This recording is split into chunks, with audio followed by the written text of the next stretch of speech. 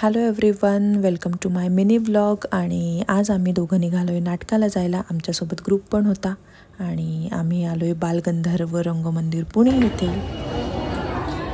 गीतासाठी उभे राहावे. रंगदेवता आणि रसिक प्रेक्षकांना विनम्र अभिवादन करून 2 अंकी चुरचुरीत नाटक तू म्हणशील तसं, तू म्हणशील तसं.